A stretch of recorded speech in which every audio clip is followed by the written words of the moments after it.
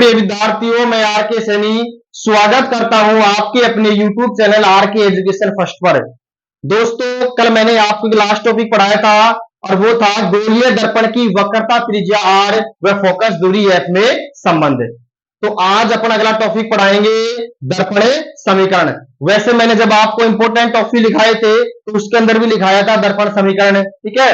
तो आज का अगला टॉपिक अपना स्टार्ट करेंगे दर्पण समीकरण। तो देखो,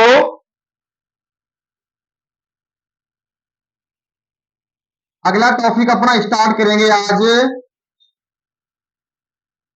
दर्पण समीकरण। दर्पण समीकरण, ठीक है। और पीछे तो मैंने आपको बताया भी था कि दर्पण समीकरण क्या होती है। दर्पण समीकरण होती है 1/f बराबर 1/v प्लस 1/u, ठीक है। दर्पण समीकरण होती है 1/f बराबर 1/v प्लस 1/u। जहां मैं कह सकता हूं, जहां बताओ f बराबर तो क्या होता है, v बराबर क्या होता है और u बराबर क्या होता है। बताओ, देखिए f बराबर तो होता है फोकस दूरी। f बराबर क्या होता है, फोकस दूरी। और v बराबर क्या होता है, v को बोलते हैं प्रतिबिंब। v को बोलते हैं प्रतिबिंब की दूरी। और u होता है बिंब, या इसको अपन कह सकते हैं वस्तु की दूरी। देखो भाई, मेरे पास ये पैल है, ठीक है। मेरे पास ये पैल है, बताओ इसको क्या कहेंगे, बिंब। क्या कहेंगे, बिंब। और जो इसकी परछाई बनेगी उस परछाई को अपन कहेंगे प्रतिबिंब। तो देखो, यू क्या होता है, बिंब। इसको अपन वस्तु भी कह सकते हैं, इसको अपन कोई वस्तु भी कह सकते हैं, इसको अपन बिंब भी कह सकते हैं, लेकिन इस वस्तु या बिंब की जो परछाई बनेगी उसको अपन बोलते हैं प्रतिबिंब, ठीक है। तो देखो, दर्पण समीकरण होता है 1/f बराबर 1/v प्लस 1/u। जहां मैंने लिखा f बराबर फोकस दूरी, v बराबर प्रतिबिंब की दूरी और u बराबर होता है बिंब या वस्तु की दूरी, ठीक है। अब अपन प्रूफ करेंगे कि आखिर ये दर्पण समीकरण कैसे निकलती है, इसको किस प्रकार प्रूफ किया जाता है। ये जो हमारे पास दर्पण समीकरण है, इसको अपन प्रूफ करेंगे कि आखिर ये दर्पण समीकरण कहां से आई, ठीक है। तो देखो, अपन समझेंगे इसको एक डायग्राम की सहायता से।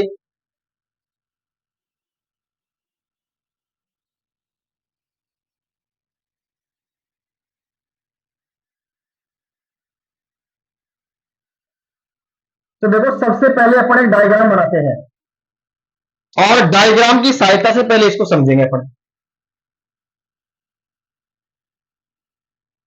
एक बड़ा सा डायग्राम बनाते हैं और इस डायग्राम की सहायता से इस दर्पण समीकरण को अपन प्रूफ करेंगे। तो देखो भाई, पीछे को आपको पढ़ाया था मैंने। बताओ, हमारी ये क्या है, मुख्य अक्ष है क्या, बताओ। और यहां पे होता है ध्रुवीय P, इसको बोलते हैं ध्रुवीय P, इसको अपन बोलते हैं ध्रुव P, ठीक है। और यहां पे होता है मुख्य फोकस F और यहां पे होता है वक्रता केंद्र C। इसको मिटाना ज्यादा बढ़िया है, यहां रखो, ठीक है। ये चीजें मैंने आपको पीछे भी पढ़ाई थी। देखो भाई, ये अपने पास कोई दर्पण है, इस दर्पण का ये क्या होता है, ध्रुव। इसको बोलते हैं मुख्य फोकस और इसको बोलते हैं वक्रता केंद्र सी। अब देखो क्या करेंगे। सबसे पहले मैंने क्या किया कि कोई वस्तु ली और उस वस्तु को मैंने कहां रखा, सी से परे। देखो भाई, आपने पढ़ा होगा 10th क्लास के अंदर कि जब कोई वस्तु अनंत पर होती है तो बनने वाला प्रतिबिंब कहां बनता है, मुख्य फोकस पर। और जब कोई वस्तु सी से परे होती है तो बनने वाला प्रतिबिंब सी और एफ के मध्य बनता है। और जब कोई वस्तु सी पर होती है तो बनने वाला प्रतिबिंब भी कहां बनेगा, सी पर ही बनेगा। और जब कोई वस्तु सी और एफ के मध्य होती है तो बनने वाला प्रतिबिंब जो होता है वो सी से परे बनता है, ठीक है। तो मेरे पास माना कोई वस्तु है और उस वस्तु को मैंने कहां रख दिया, सी से परे रख दिया। ठीक है, मेरे पास कोई वस्तु है, उस वस्तु को मैंने कहां रख दिया, सी से परे, और उस वस्तु का मैंने नाम दे दिया बी, और यह क्या नाम दे दिया, ए। ठीक है, मेरे पास कोई वस्तु है, उस वस्तु को मैंने सी से परे रख दिया और उस वस्तु को नाम दे दिया बी और ए। ठीक है, अब क्या करेंगे बताओ। अब वस्तु हमारे पास जब बिंदु ए है, इस बिंदु ए से दो कोई प्रकाश की किरणें आपतित होंगी। देखो मेरे पास जो बिंदु ए है, इस बिंदु ए से दो प्रकार की प्रकाश की जो किरण है वो आपतित होगी। देखो कहां होगी, पहली प्रकार की जो प्रकाश की किरण है वो आपतित हो रही है मुख्य अक्ष के समांतर। ठीक है, यानी पहली प्रकाश की जो किरण है वो मुख्य अक्ष के समांतर आपतित हो रही है। और अपन जानते हैं कि जब कोई प्रकाश की किरणें मुख्य अक्ष के समांतर आपतित होती है तो परावर्तन के पश्चात हमेशा मुख्य फोकस से गुजरती है। तो इसको मुख्य फोकस से गुजार दो, ये गुजर गई। ठीक है, ये आपने 10th क्लास के अंदर पढ़ा होगा कि जब कोई प्रकाश की किरणें मुख्य अक्ष के समांतर आपतित होती हैं तो परावर्तन के पश्चात हमेशा मुख्य फोकस से गुजरती है। गुजार दी क्या, ये तो हो गई प्रकाश की किरणें एक। अब दूसरी क्या करेंगे, दूसरी प्रकाश की किरणों को बिंदु ए से गुजारेंगे और कहां पर आपतित करेंगे, ध्रुव पर। कहां पर आपतित करेंगे, ध्रुव पर। और यहां से बताओ क्या हो जाएगी, वापिस परावर्तित हो जाएगी और परावर्तन के पश्चात ये क्या हो जाएगी, मुख्य अक्ष के समांतर। ठीक है, तो देखो इसको मैंने नाम दे दिया, मेरे पास कोई वस्तु ए बी थी, इसका प्रतिबिंब बताओ कहां बनेगा, ए डैश और बी डैश पर। ये प्रतिबिंब कहां बन गया, ए डैश और बी डैश पर। ठीक है, मेरे पास दोबारा समझ लो इसको, ये मेरे पास कोई दर्पण है और इस दर्पण की ये क्या है, मुख्य अक्ष है। ये मेरे पास है ध्रुव पी, ये होता है फोकस एफ, इसको बोलते हैं वक्रता केंद्र सी। अब देखो भाई, मेरे पास यह कोई वस्तु मैंने ए बी रखी, कहां रखी है, सी से परे। ठीक है, तो मैंने क्या किया, जो मेरे पास बिंदु ए है, इस बिंदु ए से दो प्रकार की प्रकाश की जो किरण है वो मैंने आपतित करवाई। ठीक है, एक प्रकाश की जो किरण है उसको तो मैंने मुख्य अक्ष के समांतर आपतित करवाई, जो परावर्तन के पश्चात मुख्य फोकस से गुजरती है। और दूसरी जो प्रकाश की किरण है उसको मैंने ध्रुव पर आपतित करवाई, जो परावर्तन के पश्चात मुख्य अक्ष के बताओ क्या हो जाती है, समांतर हो जाती है। ठीक है, तो बताओ बनने वाला प्रतिबिंब कहां बनेगा, सी और एफ के मध्य। ठीक है, मैंने आपको बताया था कि जब कोई वस्तु सी से परे होती है तो बनने वाला प्रतिबिंब हमेशा सी और एफ दोनों के मध्य बनता है। यदि कोई वस्तु सी पर होती तो बनने वाला प्रतिबिंब भी सी पर ही बनता। तो बताओ वस्तु को यहां रखी है क्या, सी से परे, तो बनने वाला प्रतिबिंब सी और एफ इन दोनों के बीच में बन गया। ठीक है, अब मैंने यहां पे कोई लंब डाल दिया, देखो यहां पे मैंने कोई लंब डाल दिया, इसको मैंने नाम दे दिया एम। क्या नाम दे दिया, एम। ठीक है, तो आ गया चित्र समझ में। ये मेरे पास हो गया कोई वस्तु है ए बी, और वस्तु ए बी का जो प्रतिबिंब बना है वो ए डैश और बी डैश। आपने पढ़ा होगा कि अवतल दर्पण पर बनने वाला प्रतिबिंब हमेशा वास्तविक और कैसे होता है, उल्टा होता है। तो देखो मैंने वस्तु कहां रखी है, ऊपर है, वस्तु को मैंने ऊपर रखी है क्या, तो बनने वाला प्रतिबिंब कैसे बना है, नीचे। मतलब कहने का मतलब है वस्तु ए बी का प्रतिबिंब बना है ए डैश और बी डैश पर। ठीक है, अब इसको प्रूफ करेंगे आखिर दर्पण समीकरण क्या होता है। तो देखो भाई, सबसे पहले अपन क्या करेंगे, सबसे पहले अपन को त्रिभुज लेना है। और त्रिभुज कौन सा लेंगे, सबसे पहले त्रिभुज लेते हैं त्रिभुज ए बी पी, वह त्रिभुज ए डैश बी डैश पी में। सबसे पहले अपन त्रिभुज लेंगे, सबसे पहले त्रिभुज लेंगे त्रिभुज ए बी पी, वह त्रिभुज ए डैश बी डैश और पी में। ठीक है, अपन को कुल मिलाकर के इनको समरूप करना है। जब दो त्रिभुज आपस में समरूप हो जाएंगे तो दो कोण भी आपस में क्या होंगे, समरूप होंगे। तो इसलिए सबसे पहले अपन दो त्रिभुज लेंगे, त्रिभुज ए बी पी, वह त्रिभुज ए डैश बी डैश और पी, इन दोनों को अपन को क्या करना है, समरूप करना है। तो देखो भाई, सबसे पहले अपन लेते हैं सर्वप्रथम, ऊपर लिखते हैं इसको, सर्वप्रथम सर्वप्रथम त्रिभुज ए बी पी व ए डैश बी डैश पी में, ठीक है। सबसे पहले त्रिभुज ले रहे हैं, त्रिभुज ए बी पी व त्रिभुज ए डैश बी डैश पी में। तो देखो सर्वप्रथम त्रिभुज ए बी पी व त्रिभुज ए डैश बी डैश और पी में, ठीक है। तो देखो अब क्या करेंगे, अपन को दो कोण बराबर करना है, कहने का मतलब समरूप करना है। तो देखो कोण, देखो कोण क्या करेंगे, कोण ए बी पी बराबर कोण ए डैश बी डैश पी, ठीक है। अब देखो इसके अंदर अपन को दोनों क्या करना है बताओ, समरूप सिद्ध करना है। क्या करना है अपन को, समरूप सिद्ध करना है। तो देखो भाई त्रिभुज ए बी पी, त्रिभुज ए बी पी इसके अंदर बताओ कौन सा कोण 90 डिग्री है, ये वाला। बताओ ये 90 डिग्री है क्या, तो इसके अंदर भी कौन सा हो जाएगा, बी डैश क्या हो जाएगा 90 डिग्री।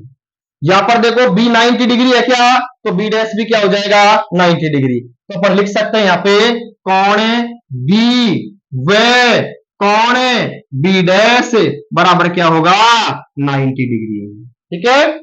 तो अपन क्या लिख सकते हैं, कोण ए बी पी बराबर कोण ए डैश बी डैश पी बराबर क्या हो गया 90 डिग्री, ठीक है। अब लिखेंगे अतः, अतः अतः त्रिभुज बताओ क्या है, ए बी पी व त्रिभुज ए डैश बी डैश पी बताओ कैसा है, समरूप है। बताओ कैसा है, समरूप है। जब ये त्रिभुज हमारे पास समरूप आ गया तो अपन इसको लिख सकते हैं, देखो ए डैश बी डैश, अरे ए डैश बी डैश इसके नीचे क्या लिख सकते हैं अपन, ए भी लिख सकते हैं क्या, तो लिखो इसके अंदर अपन लिख सकते हैं, इसके अंदर देखो क्या, तो लिखता हूं मैं इसको, उतारो पहले इसको उतार लो।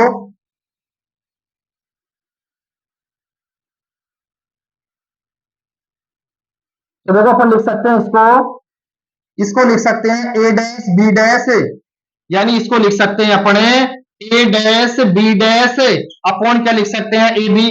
देखो सबसे पहले इन दोनों को लिखो, तो इनके नीचे क्या लिखेंगे, ये दोनों, ठीक है। A dash B dash, A dash B dash upon क्या हो गया ए बी, अपॉन क्या लिखेंगे अपने ए बी बराबर, बताओ क्या लिखेंगे यहाँ पे, B dash P upon B P, तो लिख देंगे बी डैश पी अपॉन क्या करेंगे बी पी। बोलो आ गया समझ में, दोबारा सुन लो। हमें कुल मिलाकर के समरूप सिद्ध हो गया, तो समरूप सिद्ध हो गया तो दो कोणों को अपन को बट्टे में लिखना है, वो कैसे लिखेंगे, सबसे पहले अपन को देखना है त्रिभुज, देखो A dash B dash upon क्या लिख सकते हैं ए बी, या फिर यहां देख लो सबसे पहले ए डैश बी डैश उठाओ तो इधर से भी ए बी उठाओ, तो अपन लिख सकते हैं ए डैश बी डैश अपॉन क्या लिख सकते हैं ए बी बराबर, अरे बी डैश पी अपॉन लिख सकते हैं बीपी अपॉन लिख सकते हैं बीपी। ये अपने पास हो गया समीकरण नंबर फर्स्ट, ठीक है। ये हो गया समीकरण नंबर फर्स्ट। अब बताओ कौन सा त्रिभुज लेंगे, देखो भाई अपन ने कुल मिलाकर के त्रिभुज लिया था ए बी पी व त्रिभुज ए डैश बी डैश पी, इसको अपन ने समरूप सिद्ध कर दिया, और समरूप सिद्ध करने के बाद में अपने पास आया A dash B dash upon A B बराबर B dash P upon B P बराबर समीकरण नंबर फर्स्ट, ठीक है। अब कौन सा त्रिभुज लेंगे, अब देखो इसको, अब त्रिभुज लेंगे त्रिभुज एम पी एफ, देखो भाई अब त्रिभुज लेंगे त्रिभुज एम पी एफ व त्रिभुज ए डैश बी डैश और पी ए। बताओ हमारे पास ये कोई त्रिभुज है क्या, त्रिभुज है ये हमारे पास त्रिभुज है, ठीक है। अब त्रिभुज लेंगे त्रिभुज एम पी एफ व त्रिभुज ए डैश बी डैश और एफ में, तो लिखो यहां पे समीकरण में फर्स्ट आ गया अपने पास। अब लेंगे कौन सा, देखो अब लेंगे त्रिभुज अतः, अतः त्रिभुज अतः त्रिभुज बताओ कौन सा लेंगे, एम पी एफ। देखो अब लेंगे अपन त्रिभुज एम पी एफ व त्रिभुज बताओ कौन सा लेंगे, ए डैश बी डैश एफ में। वही तरीका है सेम जो इसे पिछले वाला किया था, वही सेम तरीका है। देखो बताओ क्या करेंगे, वही कौन एम पी एफ बराबर कौन, बताओ क्या करेंगे, ए डैश बी डैश एफ। ठीक है, बताओ ये हमारे पास क्या सिद्ध करना, अपन को समरूप सिद्ध करना है। क्या सिद्ध करना है, समरूप सिद्ध करना है। तो बताओ इसके अंदर 90 डिग्री क्या है, देखो भाई हमारे पास जो कोण P है वो बताओ क्या है, 90 डिग्री है, और कोण B डैश भी क्या है, 90 डिग्री। तो अपन लिख सकते हैं कोण P व कोण B डैश बराबर बताओ क्या है, 90 डिग्री। ठीक है, तो अपन लिख सकते हैं कोण एम पी एफ बराबर कोण ए डैश बी डैश एफ बराबर क्या है, 90 डिग्री। ठीक है, तो इसके बाद बताओ क्या करेंगे अपन, अपने पास जो समीकरण नंबर फर्स्ट आया है इसको मैं यहां पे लिख देता हूं। समीकरण जो फर्स्ट आया है ना उसको मैं यहां लिख देता हूं, A dash B dash upon A B बराबर क्या आया था, B dash P upon BP, समीकरण नंबर फर्स्ट। इसको मैंने यह लिख दिया ताकि लिखने में कोई समस्या नहीं आएगी। ठीक है, ये लिख दिया मैंने, अब मिटा देता ऊपर से मैं इसको।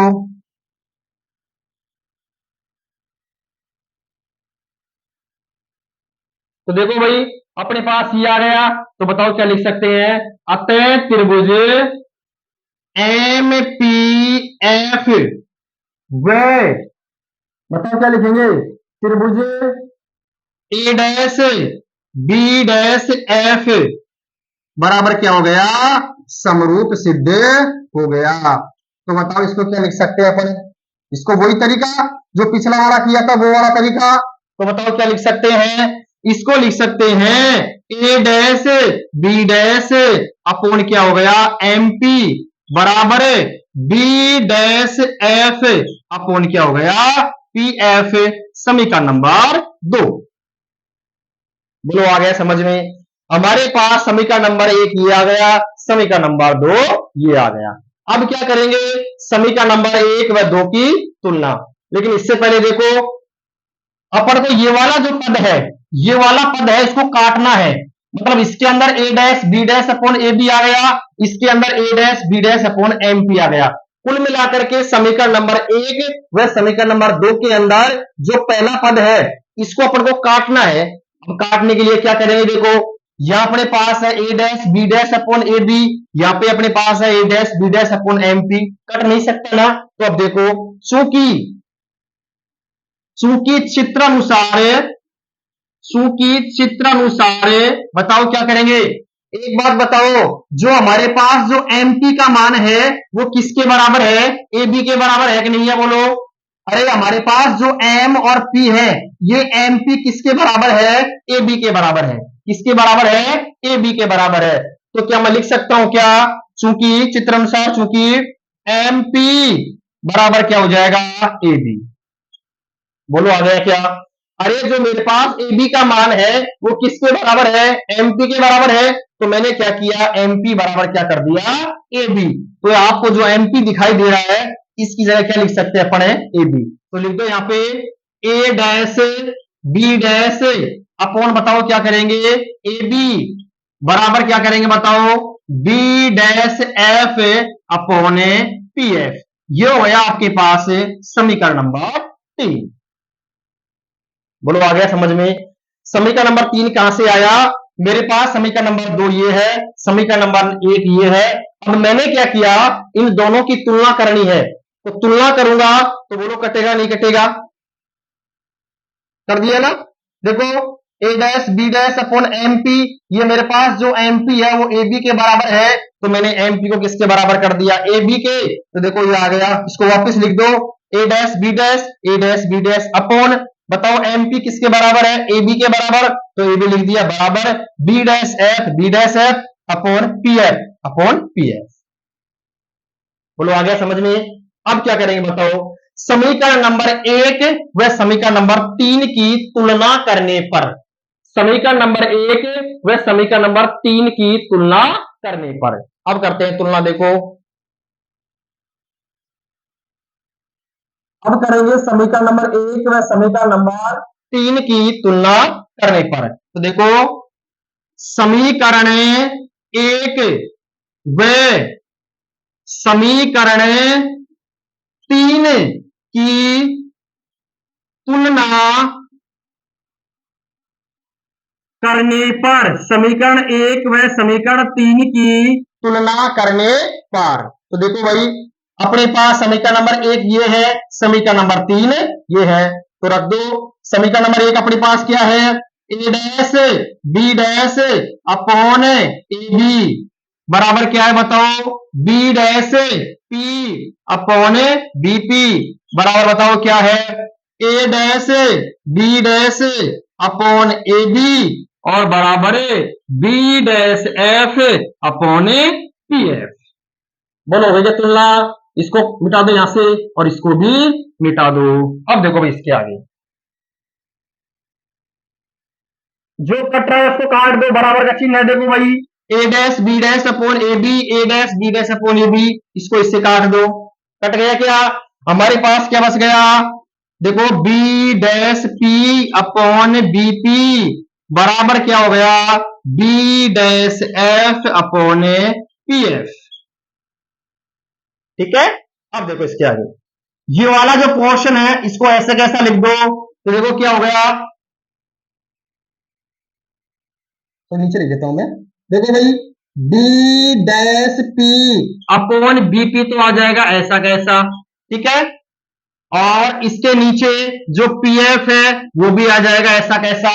अब एक बात बताओ, जो हमारे पास बी डैश एफ है, यानी कहने का मतलब चित्र अनुसार जो हमारे पास बी डैश एफ है, ये बी डैश एफ है, इसको अपन क्या लिख सकते हैं, इस बी डैश एफ को अपन लिख सकते हैं, देखो यह लिख देता हूं, चूंकि बी डैश एफ बराबर चित्र अनुसार अपन इसको लिख सकते हैं, बी डैश एफ को लिख सकते हैं बी डैश पी माइनस का एफ पी, इसको लिख सकते हैं बी डैश पी माइनस का एफ पी। ठीक है, चित्र अनुसार हमारे पास जो बी डैश एफ है, बी डैश एफ है, इसको अपन लिख सकते हैं बी डैश पी माइनस का F P, B dash P minus का एफ पी। ठीक है, तो लिख दो यहां पे, क्या लिख सकते हैं इसको, बी डैश एफ, सॉरी क्या लिख सकते हैं इसको अपन बताओ, इसको अपन लिख सकते हैं बी डैश पी माइनस का एफ पी, अपन इसको ये लिख सकते हैं। ठीक है, अब देखो उतारो यहां तक इसको, इसको आप दे दो समीकरण नंबर 4, इसको आप दे दो समीकरण नंबर 4, इसको भी उतार लेना, ये चित्र अनुसार है, ये क्या है, चित्र अनुसार, इसको भी उतार लेना। आगे बस 3-4 स्टेप हो रहे, उसके बाद प्रूफ हो जाएगा। उतारो यहां तक इसको,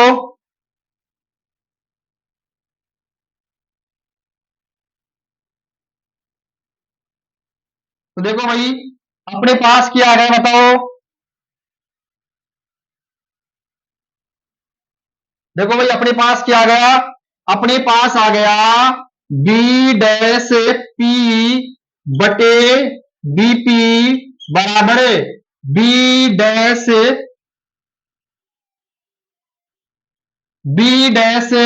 पी माइनस का एफ पी अपॉन क्या आ गया, पी एफ। मिटा दो इसको। अब देखो भाई अपने पास क्या है, अब देखो देखो अब अपन को देखना है चित्र अनुसार, क्या देखना है, चित्र अनुसार, चित्र अनुसार, चित्र अनुसार देखो भाई बी डैश पी क्या है? देखो भाई, चित्र अनुपासार हमारे पास है, यानी कि सबसे पहले अपन को मान ज्ञात करना है बी डैश पी का, यानी बी डैश पी हमारे पास क्या है? देखो भाई, अरे बी डैश पी हमारे पास क्या है? बताओ बताओ क्या है? बी डैश पी हमारे पास है प्रतिबिंब की ध्रुव से दूरी, या फिर कह सकते हैं, देखो, प्रतिबिंब की ध्रुव से दूरी।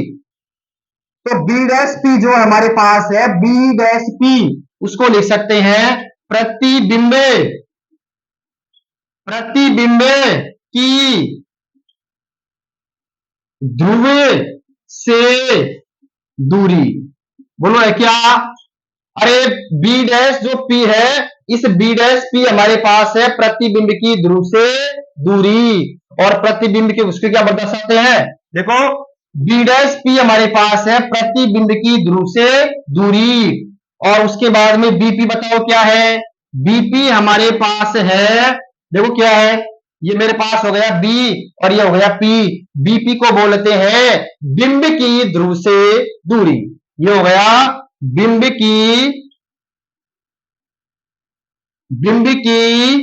ध्रुव से दूरी, ठीक है। और उसके बाद देखो, बी डैश पी आ गया, बी डैश पी आ गया, ठीक है, ये भी आ गया, ये भी आ गया, ये भी आ गया, ये आ गया, बीपी आ गया, बीपी आ गया।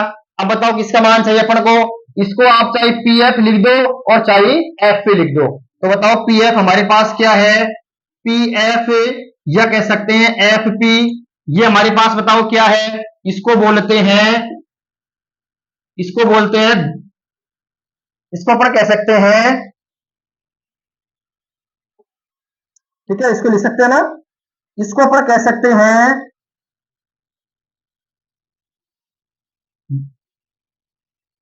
देखो इसको, ये आ गया, इसका ये आ गया, बराबर कह सकते हैं इसको। देखो, फोकस, फोकस की ध्रुव से दूरी, ये लिख सकते हैं अपन इसको, ठीक है। तो देखो, अब इसका मान रख दो, जब इसका मान रखेंगे, इसको मिटाओ तो कोई काम नहीं है इसका। तो देखो अब क्या होगा, अब अपने पास देखो क्या हो जाएगा। तो बी डैश पी बताओ क्या है? बी डैश पी को कह सकते हैं प्रतिबिंब की ध्रुव से दूरी, और प्रतिबिंब हमेशा क्या होता है? वी होता है। क्या होता है? वी। प्रतिबिंब को बोलते हैं वी, बिंब को बोलते हैं यू, और इसको बोलते हैं एफ, ठीक है। तो देखो, हमारे पास जो बी डैश पी है, अब देखो इसको, बी डैश पी बराबर प्रतिबिंब की ध्रुव से दूरी। अब मैंने पीछे को आपको पढ़ाया था कार्तीय चिन्ह परिपाटी, क्या पढ़ाई थी?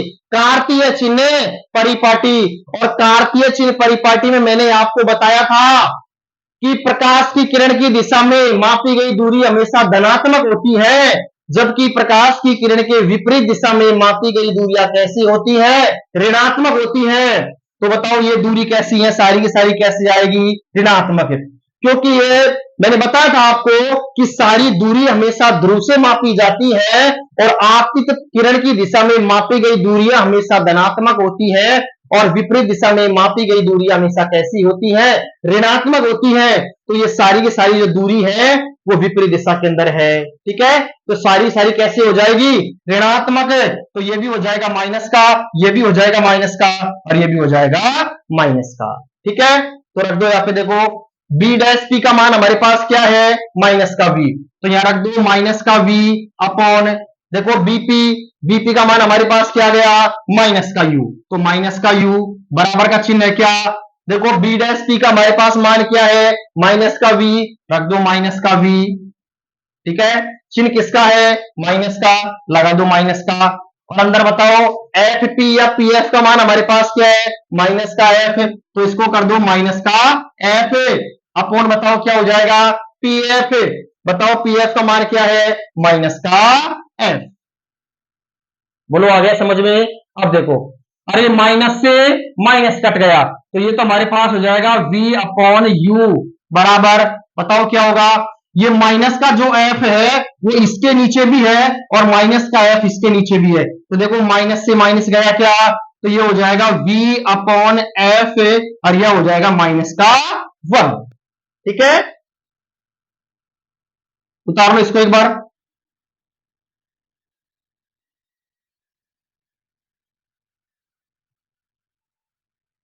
तो देखो हमारे पास क्या आ गया, हमारे पास आ गया v अपॉन यू बराबर है v अपॉन एफ माइनस का 1। ठीक है, और इसको दे दो आप, पीछे को समीकरण कौन सा दिया था, 4 दिया था क्या, इसको मान लो समीकरण नंबर 5। अब बताओ क्या लिख सकते हैं, समीकरण 5 में, समीकरण 5 में v का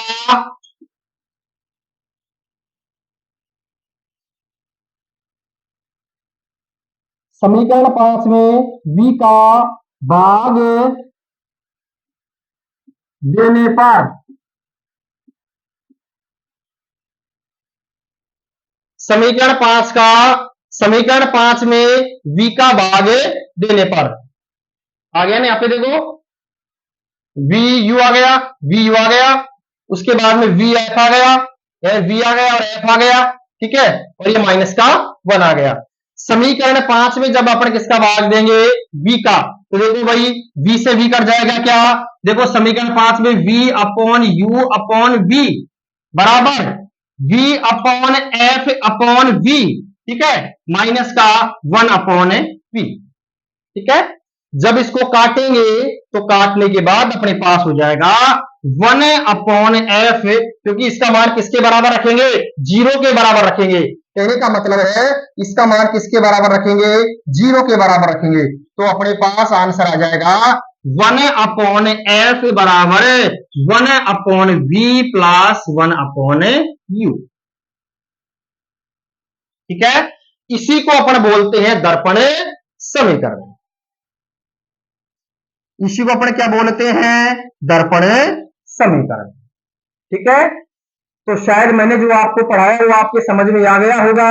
फिर भी अगर कोई गलती हो जाए, फिर भी कोई अगर आपकी समझ में नहीं आए तो आप कमेंट बॉक्स में पूछ लें। ठीक है, धन्यवाद।